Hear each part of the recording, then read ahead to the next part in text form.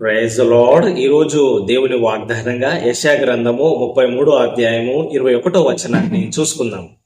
యెహోవా ప్రభావం గలవాడై మన పక్షం నుండును, అది విశాలమైన నదులను కాలువలను ఉన్న స్థలముగా ఉండును.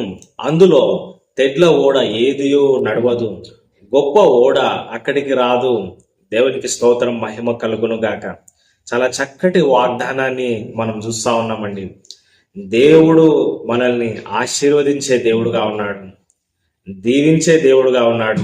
అది మాత్రమే కాదు, మన కోసము పునాదులు గల ఒక పట్టణాన్ని ప్రభువు సిద్ధపరిచినాడు. పరలోకాన్ని ప్రభు మన కోసం సిద్ధపరిచినాడు.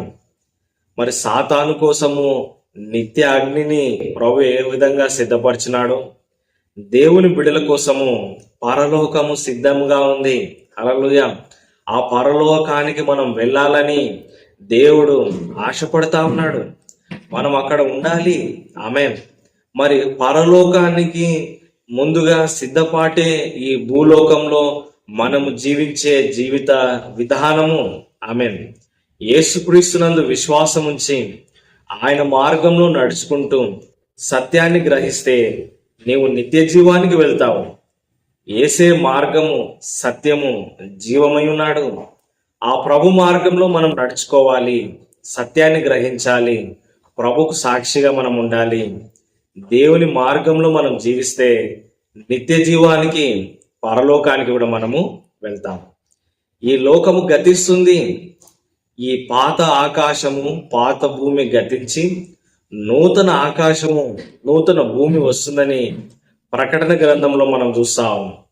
యెషయా గ్రంథంలో కొన్ని ప్రవచనాలు, ఇంకా మిగతా గ్రంథాల్లో ఉన్న కొన్ని ప్రవచనాల ప్రకారము మరి పరలోకం గురించిన ఆ దర్శనము మనం కలిగి ఉండాలి.